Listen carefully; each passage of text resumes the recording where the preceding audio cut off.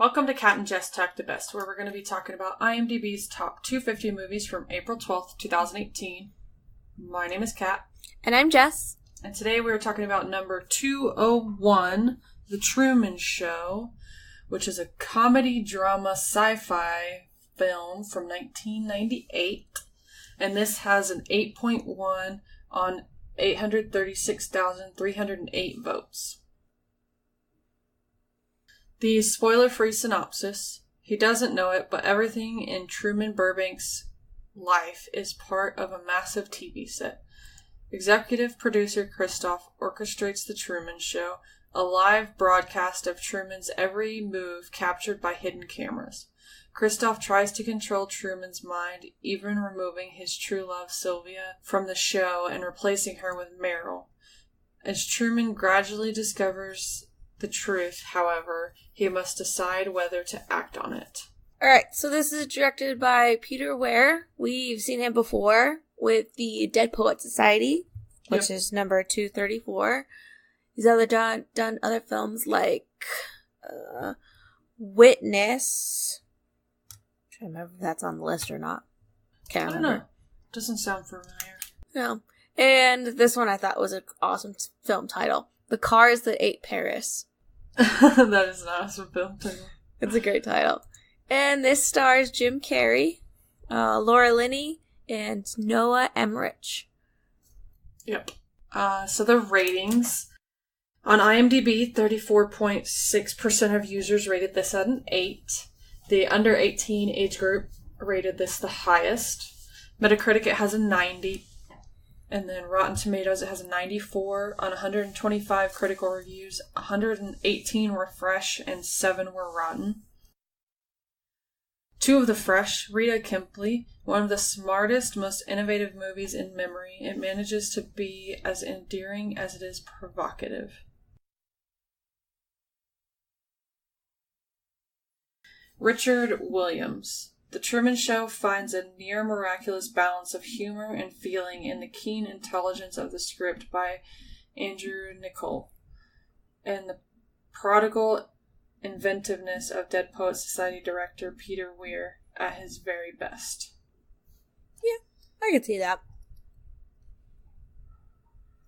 So, 2 rotten. Ella Taylor. In the end, Weir's movie is more capitulation than a challenge to television, and a vulgar one at that. Truman turns out to be more Burbank than he is true man. What? I don't know. Tom Meek. Carrey doesn't break off into outrageous physical comedy bits as fans might hope, and the film does take a while to find its legs, but there is something rewarding in its quirky demeanor.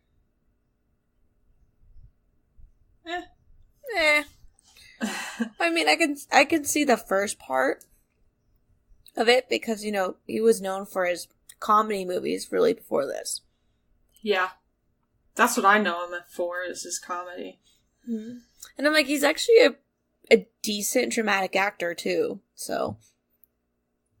The consensus. A funny, tender, and thought-provoking film, The Truman Show is all the more noteworthy for its remarkably prescient vision of runaway celebrity culture in a nation with an insatiable thirst for private details of ordinary lives. Yeah. Yeah, I would agree with that. I would. Definitely. Especially the thirst for details. Yeah. I think we all would like that, but... So, the money. The budget for this was $60 million. Its opening weekend, it made $31,542,121. And that made it number 1 for the weekend. And it was in 2,911 theaters. Its domestic total was $125,618,201. It's international, $138,500,000 for a worldwide total $264,118,201. Its all-time domestic rank is number 499. That's highest all-time domestic rank. It hit number 93 August 7th of 1998, which is 2 months after it came out. So the awards, it was nominated for 3 Oscars, but didn't win any. It had 39 other wins and 68 other nominations. So we're going to do Oscars, Golden Globes, and BAFTAs, because I didn't find any other fun ones. I try to look for the fun ones, and I'm tired of listing off a ton of awards, so... The Academy Awards that it was nominated for is Best Actor in a Supporting Role, Ed Harris, Best Director, Peter Weir, and Best Writing Screenplay Written Directly for the Screen, Andrew Niccol. The Golden Globes that it won were Best Performance by an Actor in a Motion Picture Drama, Jim Carrey, Best Performance by an Actor in a Supporting Role in a Motion Picture, Ed Harris. And then Best Original Score Motion Picture, Burkhead von Dalwitz and Philip Glass. And then it was nominated for Best Motion Picture Drama, which it was beat out by Saving Private Ryan. Oh, beat out by. Okay. So, you can understand that one. Yeah, I can. Best Director Motion Picture and Best Screenplay Motion Picture were the other 2 Golden Globe nominees. And then the BAFTA Awards, it won Best Screenplay Original and Best Production Design. And then it also won a special award, the David Lean Award for Direction. Peter Weir won that. And then it was nominated for Best Film, Best Performance by an Actor in a Supporting Role, Best Cinematography, and Best Special Effects. Those were the other nominations that it got in the BAFTA Awards. I'm thinking of the special effects. Yeah, I don't know. Maybe the, when he was on the boat. Yeah, okay. The 2 boat scenes. Okay, that's probably as much as I can think of for that. That's the only thing I watched this last night, and that's the only thing I can really think of. Oh. Yeah, I get you. I was like, wait, what? What? Yeah. Special effects, but okay. You're right. You're right. So, initial thoughts. I don't remember the first time I watched this. It's been years. Maybe in years. I've always been a Jim Carrey fan, so I was like, yay, Jim Carrey film on our list. Awesome. I've always liked this movie. It's not like one of his typical movies you would think him for, like, you know, Dumb and Dumber or Yeah. Liar Liar, The Mask. The Mask, Ace Ventura. His comedies. It's like one of his first dramatic films. I will say it's a nice departure. Yeah, it was good. I did enjoy it in the last half of the movie. First 45 minutes, I was really bored. And I kept playing on my phone, and I kept pausing it to see when the movie was going to be over. But then he kind of, like, starts figuring it out, and I'm like, okay, now this is getting interesting. Because that's where he starts getting serious. That's where the dramatic part starts coming in. Yeah, because I don't like him as a comedy. I don't like comedy, and I don't like him because that's all he really does is comedy. But then he starts doing the more dramatic acting, and that's when I started really liking the movie. He kind of starts to go a little bit crazy in this one, too, or at least you think. Yeah, I think that's how some of his films are, like the dramatic ones, if you think about it. Yeah. Yeah, overall, I liked it. I did. Okay. And I was like, at the end, I was like, okay, this is why it's on the list. Yeah. The beginning, I was like, I don't understand why this is on the list. This is dumb. Then it got closer to the end, and I was like, oh, okay, I understand. You're like, this is why. Especially that end part. Yeah. But I think that's all I've got for initial thoughts. Yeah, same. Okay. Boiler alert! Boiler alert! Boiler alert! Spoiler alert! Spoiler alert! Alright, that was your warning. If you haven't watched the film yet, then come back after you've watched it. So I kind of like how they started this. Because they started it with, like, the director of the TV show, so to speak. Yes. He came out and was like telling you about how people are bored with TV or something like that. And how this changes everything, you know, watching Yeah. a child growing up on TV, in a way. Yeah. And then we've got some interviews with some other people, and we see Truman kind of, I don't think he really understands what's going on at this point. He's just kind of acting normal. Yeah, because, again, he was, this is his whole life. He doesn't know anything different. Yeah. At all. Yeah. Raised in the environment. I mean. Yeah. Yeah. But it says, then it pops up and it says day 10,909. Yeah. Which is a lot of days. It's like almost 30 years. Yeah. I think they say at one point that they've been at this for 30 years. Yeah, because it'll be his 30th birthday soon. Yeah. Yeah. So then he just kind of goes about his day, like leaving for work, and then there's this dog, and he doesn't seem to like dogs. It's a big Dalmatian. Yeah, it's a big Dalmatian, but it's cute. I was like, puppy! I was excited about the puppy, but that's me. But then there's like this weird blue thing that falls out of the sky. Yeah, it's a light from a television set. That makes more sense. I was like, what the fuck is this supposed to be? Yeah, it's a light. Is this off a UFO or something? Yeah, it's a light. And that's kind of where it starts happening. Yeah. That makes more sense. I was like, I don't understand what this little thing is supposed to be. It's like, is he supposed to be going crazy and seeing aliens now or something? Like, what is going on? Yeah, it like drops down and he's like looking up like, where did this come from?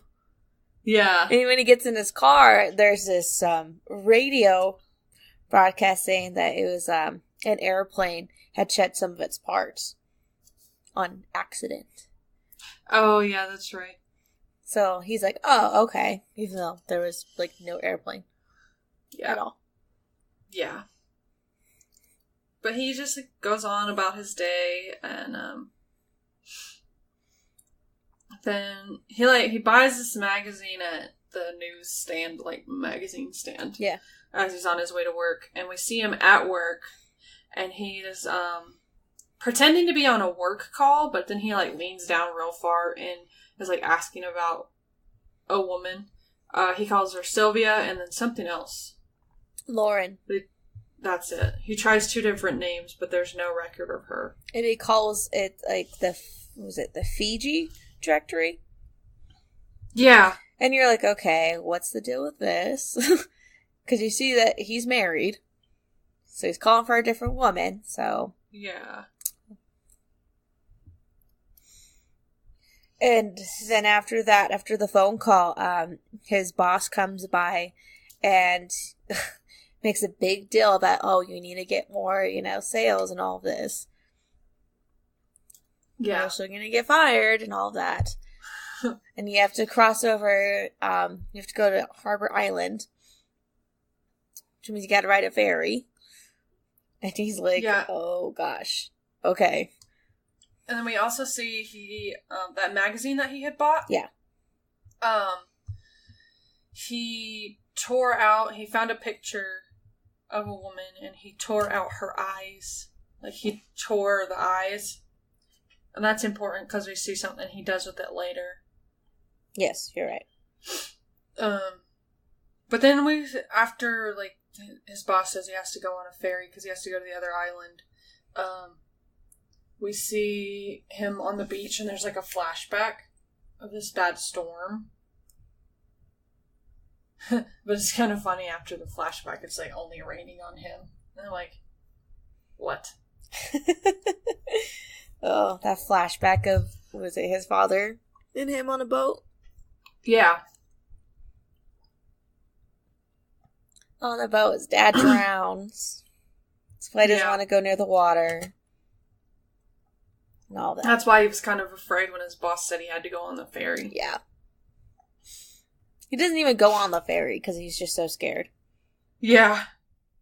And then he gets home and he's talking to his wife about how he wants to go on a trip. Yeah, oh my god, those shorts cracked me up. I'm not gonna lie. I was laughing so hard at his red shorts. I love how, like, the camera is, like, right up in his butt, too. I'm like, I don't want to see his butt. He's got some interesting costumes throughout this movie. I will say that. Yeah, I'd agree with that. I would. But so his wife's like, we don't have the money to go anywhere. I thought you wanted a family and this and that. And you're just like, okay, this is just like a normal day. And at this point, I'm like, how does he not know? Like, how has he not figured it out? Because it's obvious that this woman is just, like, acting her ass off. Completely. Because she's bad at it. Which is funny, because the actress is actually a pretty good actress. Oh, yeah. But she's acting bad, and I'm just like, oh my god. That really irritates me when someone's a good actor or actress, and they have to pretend to be a bad actor or actress, and I'm just like, please stop. Please stop. Oh, I know. It's like they're that good of an actor that they have to act bad. Mm-hmm. They're that good. Yeah. And it really irritates me when they have to do that, so. So I guess it's the next day and he's heading to work and he sees this homeless man. And he, like, keeps walking, but then he turns around and looks at him and then, like, thinks it's his dad. Yeah. Because it is. But then, yeah, we do find out that it is his dad. Because he's like, Dad? And, like, all of a sudden these people just, like, rush over and, like, take this homeless dude away. Mm-hmm. It's like, what? Which is kind of funny.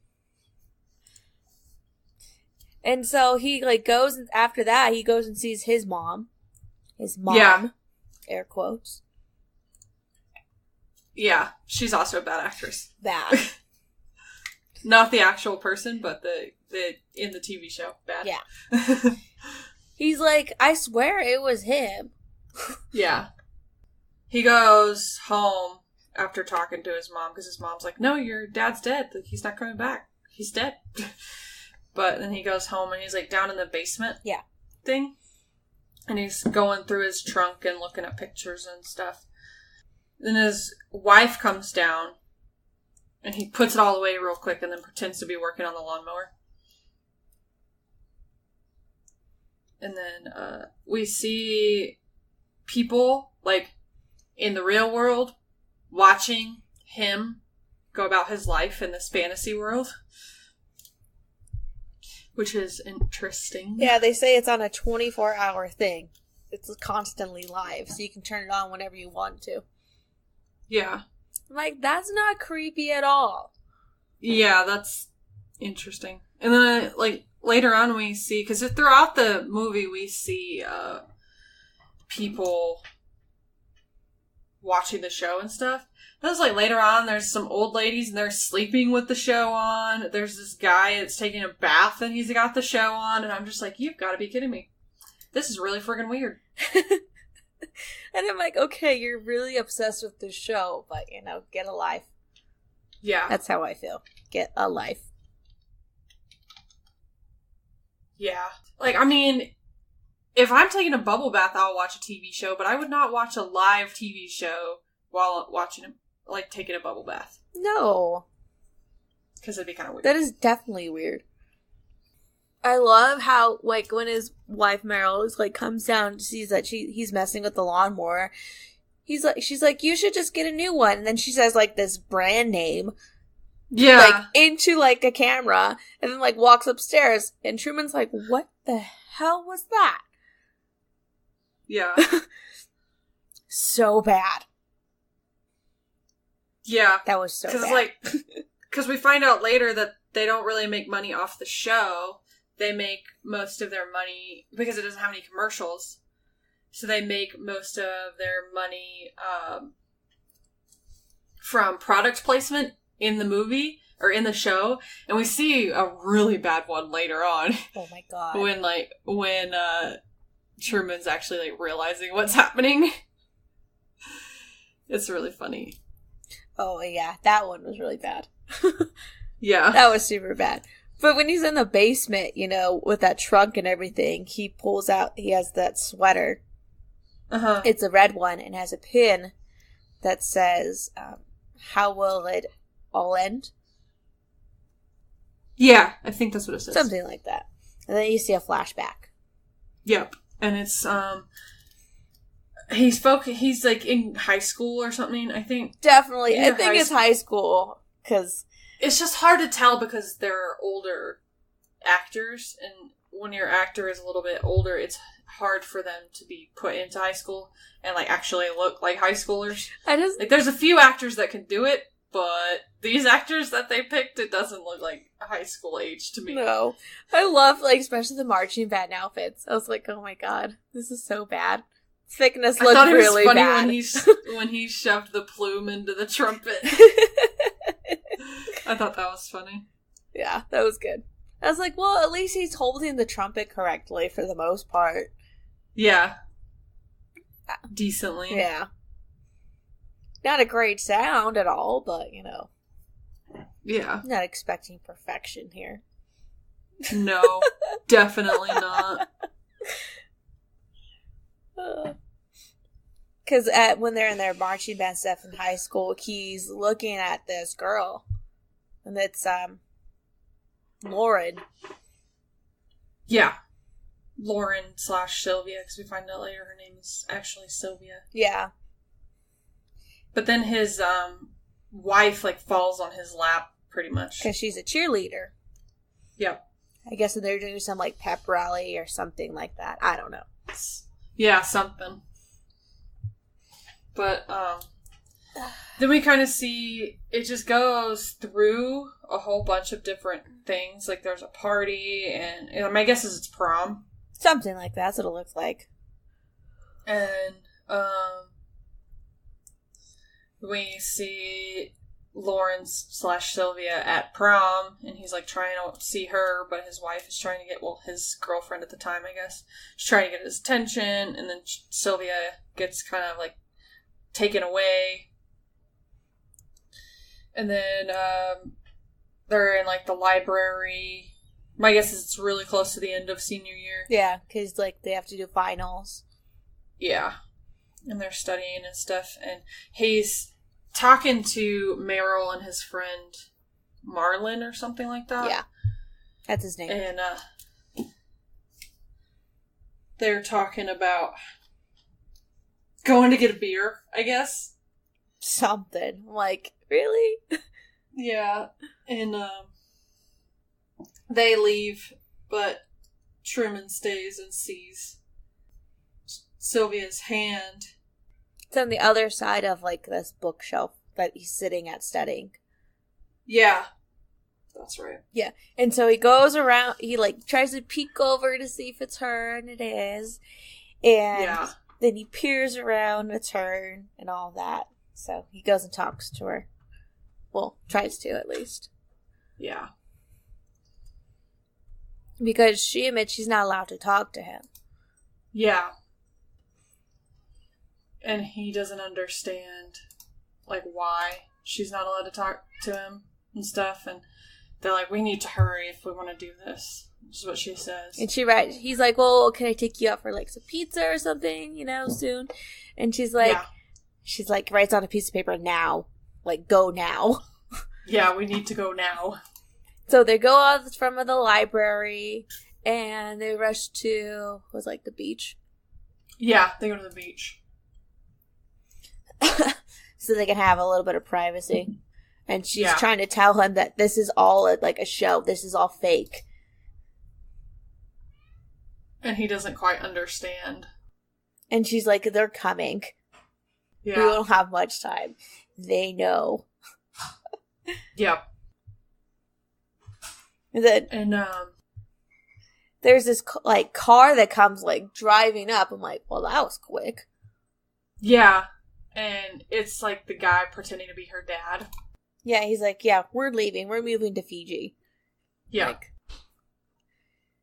I was like thinking about it, I'm like, one, how can this person know where they're at? Unless they're being watched. I mean, come on, think about just in a real life situation that wouldn't happen. Yeah. And like, that should spark some clues there, but Truman's a little slow. Yeah. She gets taken away, and her dad says, oh, she takes all her boyfriends here and stuff. Tells him some spill and all that. Yeah, and he's super confused. That's kind of the end of the flashback. Yeah. And then go ahead. After that, you know how you mentioned the pictures, the eyes, the things they ripped out from the magazine. Because on the back of a picture of Meryl is this kind of like collage of pieces from magazines he's trying to piece together so you can have an image of Sylvia. Yeah. And she's watching the entire thing. She's watching. Yeah. And she's like so happy when she sees that. Yeah. Which I think is cute. Then he's like driving home and he's driving somewhere. I think it's to work the next day. Yeah, that's what I was kind of starting to think. So he's like driving and he starts to hear the radio chatter of where he is at and like what's happening. Like everything he's turning doing. on to some road or something like that. Because the radio started messing up. It's like, okay, he's turning on here, and he sees that he's turning on that exact street that's said, and he's like, what the hell is going on? Yeah. And, that's when he kind of starts to suspect something. Yeah. Is happening. And so, he's, like, freaking out a bit, and so he's not gonna go to work. Instead, he, like, starts, like, hiding out in this building. Yeah. And he like tries to get into the elevator, and he gets over there and he sees in the elevator that there's like back behind it where the wall of the elevator should be, there's people and they like move the wall over. It's like, and there's like, it's like a set back there. Like, you know, like behind the scenes stuff where people, you know, like that are not on screen can hang out. Like there's like fresh mints, and he's like, what? Where's the... like, you guys are terrible at hiding this from him. Yeah. And the guy's like trying to shuffle him out. The security guards are trying to shuffle him out of the building. But he has already seen... He's seen it. And then he goes and talks to his friend Marlon, and he's telling his friend what he suspects. Which is, I mean, he doesn't know that his friend is part of it. Yeah, I love it. It's just that kind of sad. This is like this is a scene in the trailer too, how he claps. He ducks down, he's like, did anybody do anything? Yeah. That part always makes me laugh, but... Yeah. That's me. And so they go to the beach and are like talking about how Truman's talking about how he's gonna leave and go to Fiji and stuff like that. So his friend is just like, maybe you shouldn't do that. That doesn't sound like a good idea. Yeah. And so after that he goes home and he's looking, he goes home and he sees that his mom and Meryl are there. Yeah. Because they're worried about him. And so they're like looking through old pictures and stuff and talking. And then his mom and Meryl go into like the kitchen or something.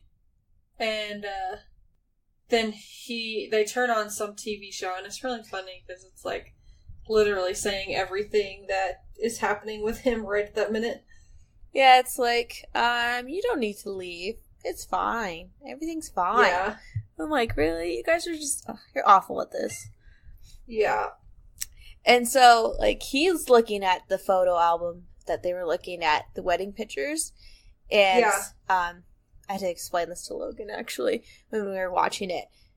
There's a picture of the wedding picture, and he looks down, and he sees that Meryl's has her fingers crossed. Yeah. Which means she didn't really want to do it. She's not doing it truthfully, like at all. She's lying. It's, like a lie. And I'm like, he's like, that's a big hint, too. Yeah. It's the next day, and he's like, I need to talk to you. And she's like, no, I gotta go to work. I got amputation that I have to perform. And I'm like, what in the world? I'm like, it looks like she's just a nurse. So yeah, maybe I'm like, I think she's just assisting the surgeon for it, but still. Well, she's not actually doing anything. Oh, I anyways. know, but to play her part. Yeah.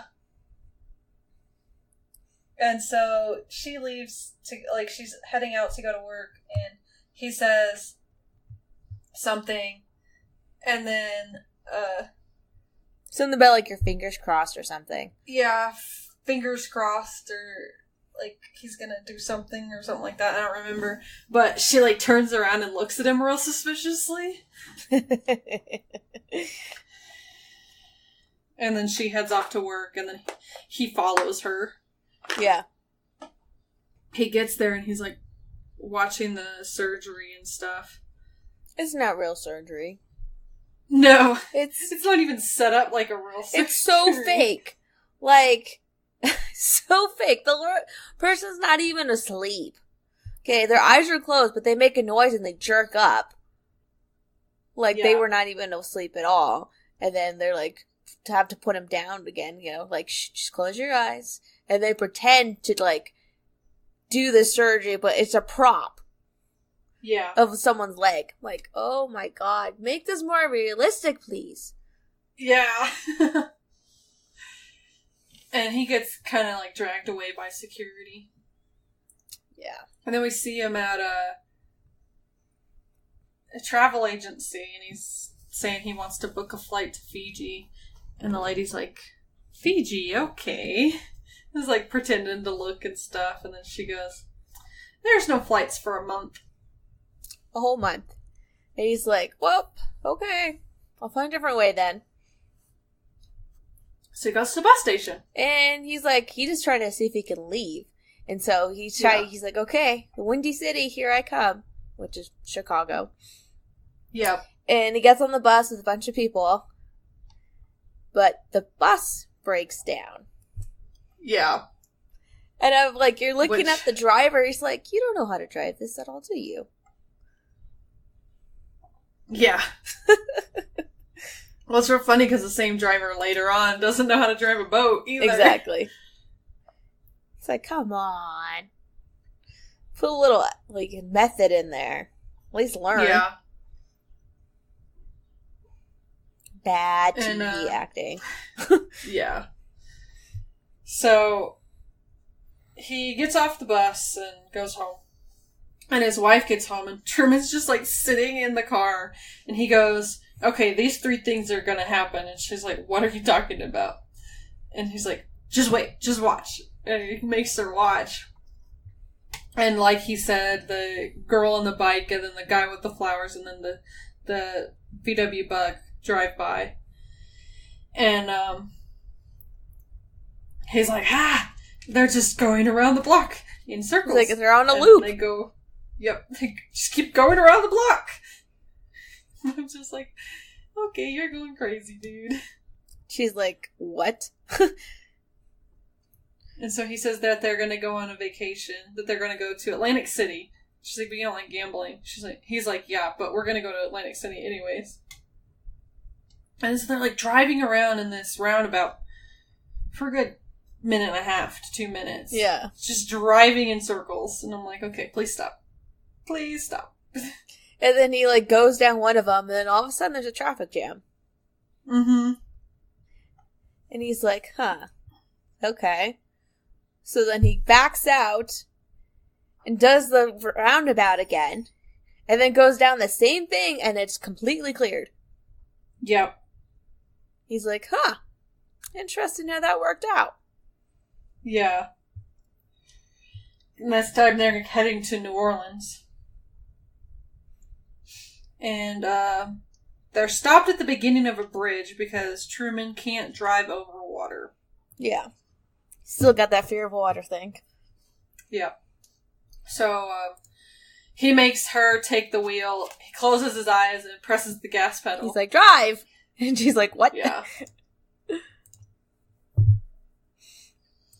And, I mean, they get finally over the bridge. Yep, and then there's this big sign that says forest fire in the area, but there's, like, no smoke or anything. Then they're driving, and then this big wall of fire just pops up. And they drive through it. Yeah. And then they keep going. And they get to an area being evacuated by a hazmat team. Because of something. Because of, some power plant or something had, like, you know, like a meltdown. Yeah. So, Truman gets out of the car, starts running all over the place, and the hazmat guys are...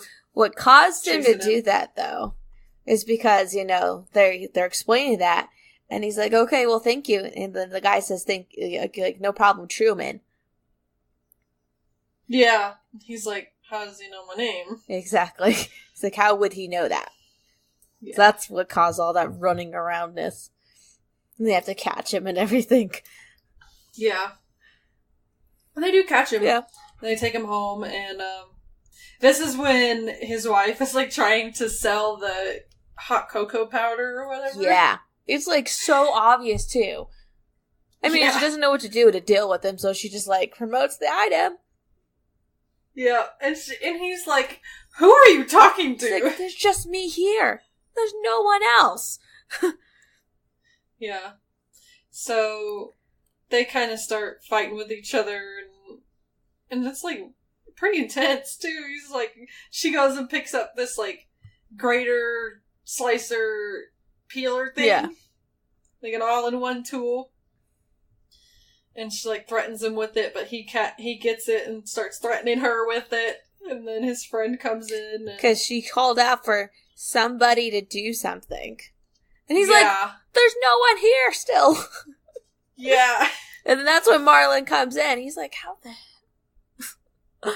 Yeah, he's got beer in his hand, pretending that's why he came over. Yeah.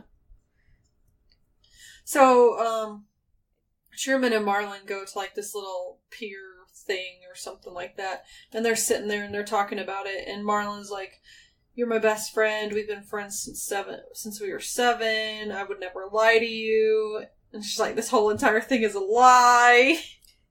It's like his whole spiel that the director is telling Marlon to say. Yeah. And I love this, because the director's name is Cristof. Yeah, it is. And if you think about it, part of it, the word says Christ. So it's like the God figure thing. Because he's the director of the Truman Show. And Truman just thinks this is a regular world. That's why it's important at the end of the movie. And also, if you didn't know this, Cristof is also an artist in the art world. But yeah, I just thought, quick little trivia there. Director has decided to bring his dad back. Yeah. And so we get the father-son reunion and everything. And this is when we see that the place that Truman is actually living is just like this big, huge dome behind the Hollywood sign in California. Yeah. It's just this huge, like, metal dome. Yeah. Crazy. It's really interesting. And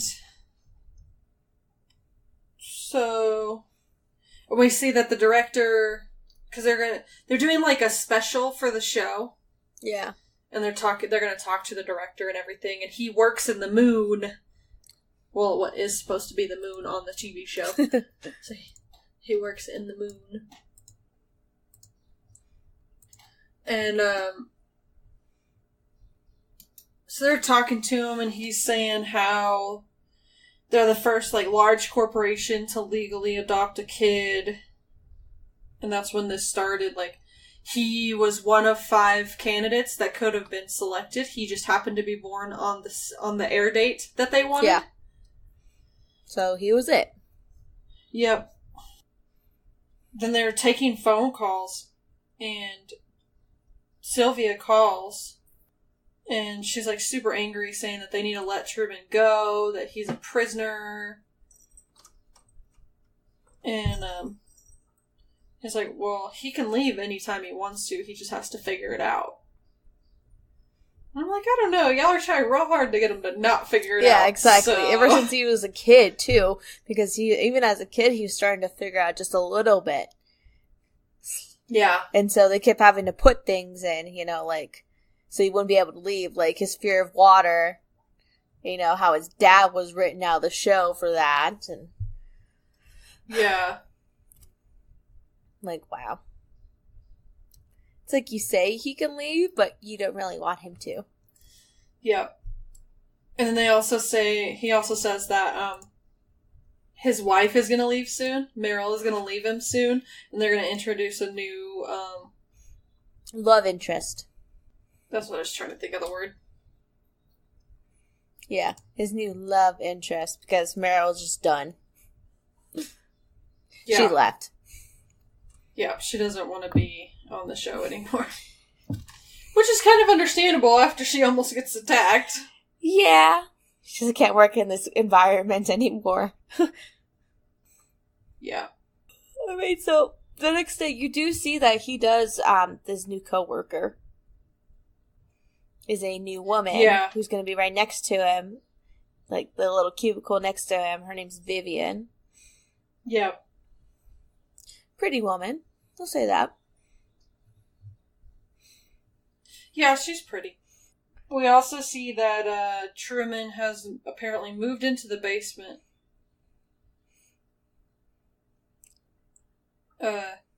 After Meryl left. Yeah. And because he's upset, I guess. You guess. Air quotes. And so they're like watching him and they think he's sleeping down there, but the director notices that something's wrong. Because he's not really doing anything. Like, it's been like hours and hours. I'm like, okay, that's kind of a little too long to be sleeping. Especially in one position, like not moving. Yeah. Like, even if you're sleeping and, like, you don't really move that much, you still kind of, like, your leg kind of moves a little bit, like an arm or something, your head. Yeah. Something moves. Yep. So they noticed that, in a little area, they noticed something had moved across the screen. Or they saw a hand or something like that. So they send Marlon over. And he's, like, looking around in the basement trying to find Truman. And instead of finding Truman, he finds the hole he dug out of the basement. Yeah. And so the director doesn't know what to do, so he cuts the transmission. Yep. And everyone that's watching the show is freaking out. And so he's like, everyone has to go look for Truman. So he forms, like, search parties throughout the entire, like, set. Yep. And they're looking, and it's dark out. Yep. And so the director's like, alright, well, we're just gonna turn the lights on. We're gonna put the sun on. They're like, it's too early. Yep. He's like, just do it. So he does, and... Because the land, like, they're not pulling up anything anywhere on the land. And so he's like, wait a minute. Maybe he's out on the, like, the water. Yep. And so they look out and they see him, he's on a boat. And they're like, he doesn't even know how to sail. Well, he figured it out. Figured it out. I mean, you're determined. You're going to figure things out. Yeah. And the director's like, someone needs to go get him. And so, like, they do the ferry, but again, like you mentioned earlier, the bus driver. Yeah, the bus driver can't. He's like, I only know how to work the bus. It's like, not well at all. Yeah, he doesn't understand. They're trying to get Truman to go back, so they put a storm on. Yeah. Like, they start this storm. And Truman's like, is that all you got? Because he's yelling at the sky. He knows now. Yeah, like, he understands. And so they make it, like, real bad, and they capsize the boat. And so Truman's, like, underwater, and it seems like he's about to die. So they kill the weather. But Truman gets up, and he keeps going. And he sails right into the wall of the dome. Yeah. And he, like, feels it. And then he gets out of the boat, and you can see there's, like, a little edge right there. So he walks along the edge, and he finds some stairs. And then the stairs lead up to this, like, little door. Yeah, it says exit. Yep. And so the director starts talking to him and tells him everything that has been happening. Like, tells him that they have been doing this to him since he was born, that he's, like, the star of their show, like, all kinds of stuff like that. He tries to convince him to stay. Yep, but he does give him a choice. And, you can see, like, all the audience is super excited to see what he's gonna do and stuff. He says his thing that he said a few times throughout the movie, the good day, good night, good afternoon thing. And he walks on out the door. Yep. Bows and leaves. Yep. And so they end the transmission, and, like, that's the series finale of the Truman Show, I guess. And, everyone just kind of has mixed reactions about it, but then the two security guards that we had seen throughout, they're like, alright, well, what else is on? It's so funny, because Logan recognized him, and then I recognized him. One of the security guards is on the TV show Brooklyn Nine-Nine. Oh, yeah, he is. Yeah. Yeah. But that's the end of the, movie. Yep, it is. The music is by Burkhard von Dalwitz. He did compose it. He is known for The Way Back from 2010, Underbelly, which is a TV show that ran from 2008 to 2013, and then Crash Burn from 2003. He's currently working on an Australian crime thriller film that's going to come out later this year, and it's called Locusts. His very first thing that he worked on was a documentary called Cockadoo, The Land of the Crocodile, from 1986. I liked the music in this. I think it fit really well. I thought it was cool how they pretended like the showrunners were controlling the music. Yeah, I like that. That was cool. Music's not bad. I think it went well with what they were trying to do. I just think my favorite part was the fact that they were pretending the showrunners were controlling it and stuff. Yeah. So that was really cool. Yeah, I like that too. I did. I don't think there's anything to compare this to. Yeah. Because it is pretty much like an original idea. Yeah. I mean, you could kind of just like filming like someone from like young age to like their adulthood. There's a movie kind of like it. It took years to film. Like over 10 years to film. It's called Boyhood. Yeah. That's like the only thing I can think of that's close to it. Okay. It's a movie. Yeah. I've heard of it, but I haven't seen it. Yeah, it took years. So, trivia? Trivia. So the actors in the TV show are actually had their names are based off actual like film actors. Like, you know, Meryl is like from Meryl Streep. You know, Marlon is Marlon Brando. Lauren is like Lauren Bacall. Yeah. If you didn't get that, like some of the street names too are named after actors. Like Lancaster was named after Burt Lancaster. who's another actor. So I think this is probably a good thing that they never met. But Ed Harris, the guy that plays Christof, and Jim Carrey never met on set, ever. That makes sense. Which is a good thing, because they, you have to keep that separation to keep, it going. Yeah. Yeah, there's really, this is one I like, too. I didn't even notice that. I gotta pay attention next time I watch this. So, there is, on the table at Truman and Meryl's house, there's a bottle of vitamin D. I didn't notice that. And the vitamin D is, so you can get... Because if you're not out in, real sunlight, your vitamin D goes down. And that was a clue. Oh, okay. Gotcha. Yeah. I was like, huh. That's just a big trivia. It's like, if you paid attention, you would notice that. Yeah. I didn't notice it. Because that was probably when I was playing on my phone. Probably. Then, this one I thought was cool. Some of the stuff, of course, Jim Carrey's pretty good at improvising. That scene with the soap?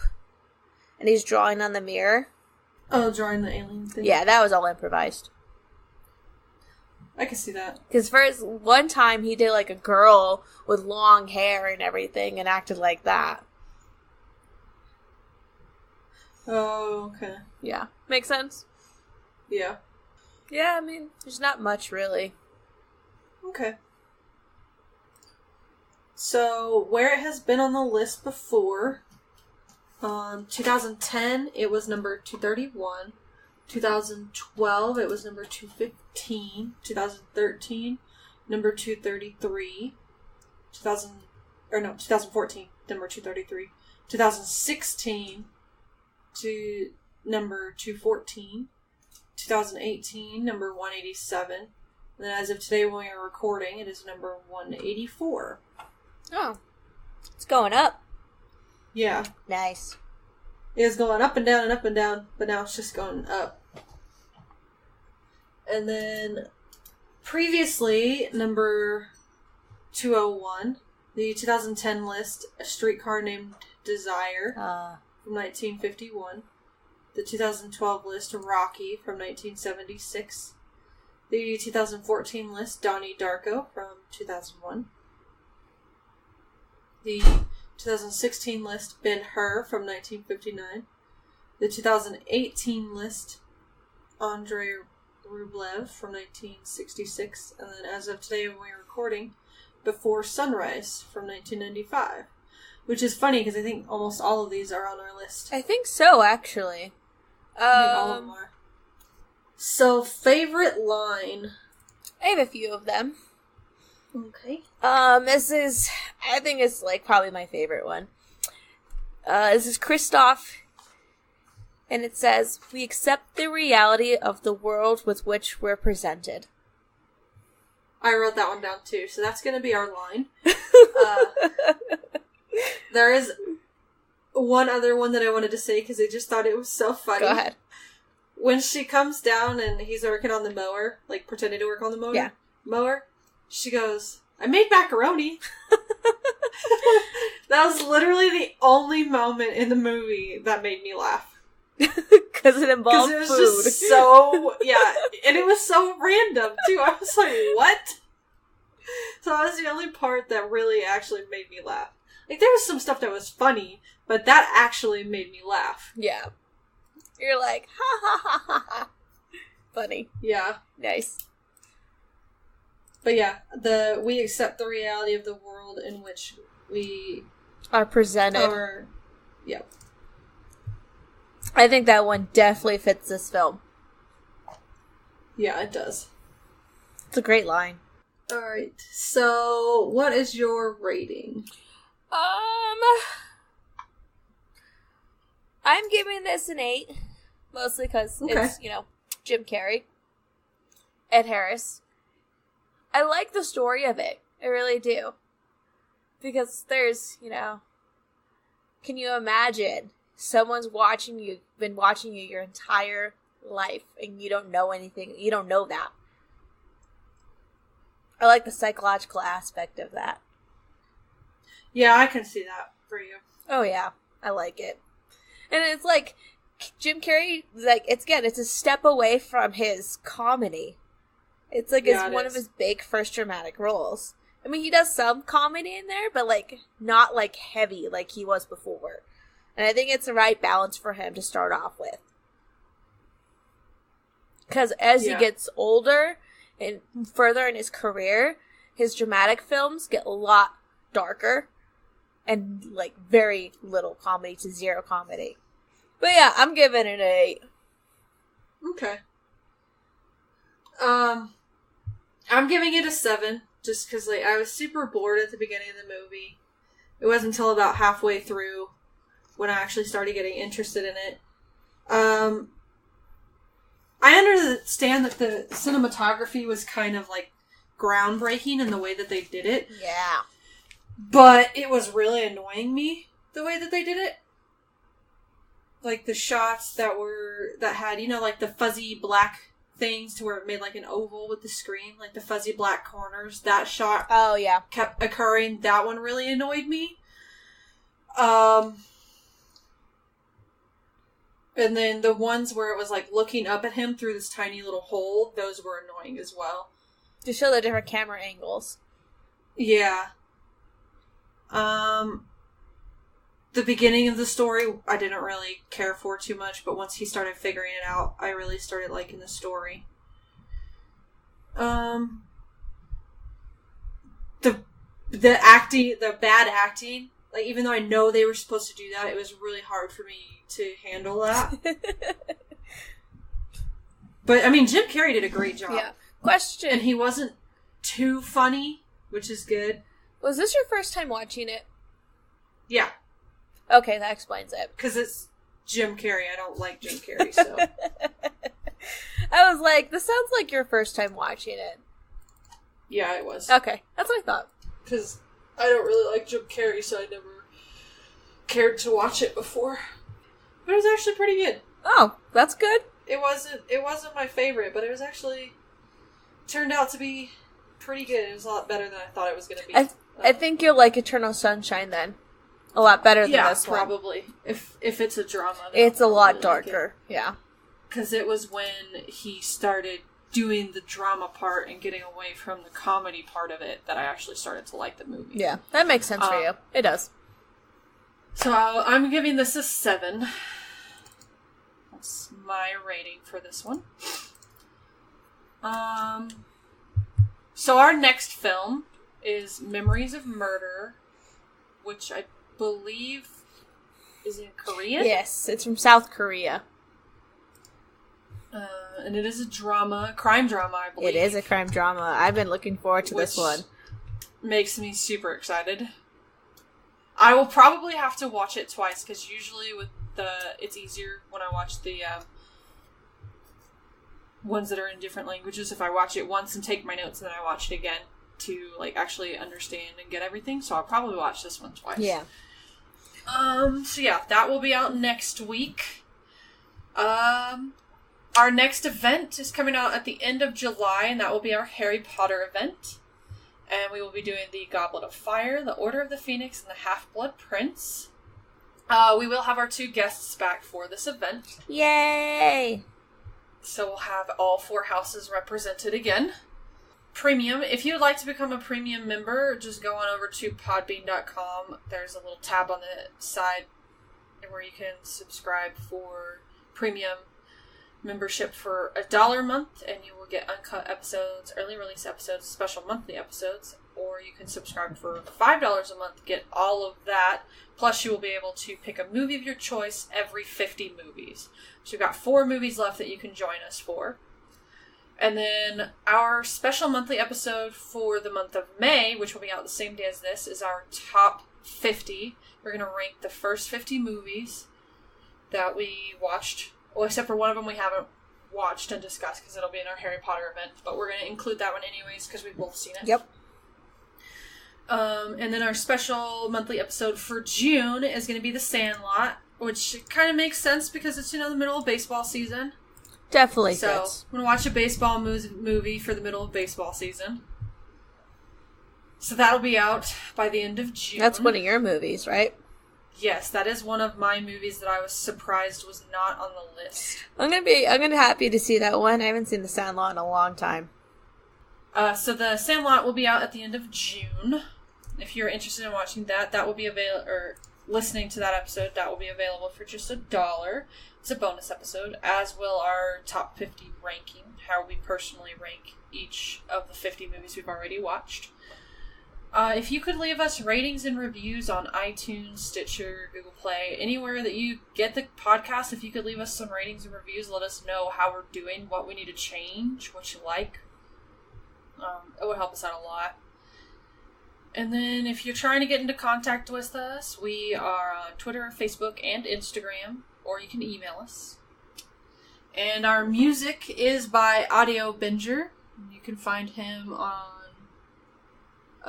YouTube, Facebook, and his website, audiobinger.net. Yeah.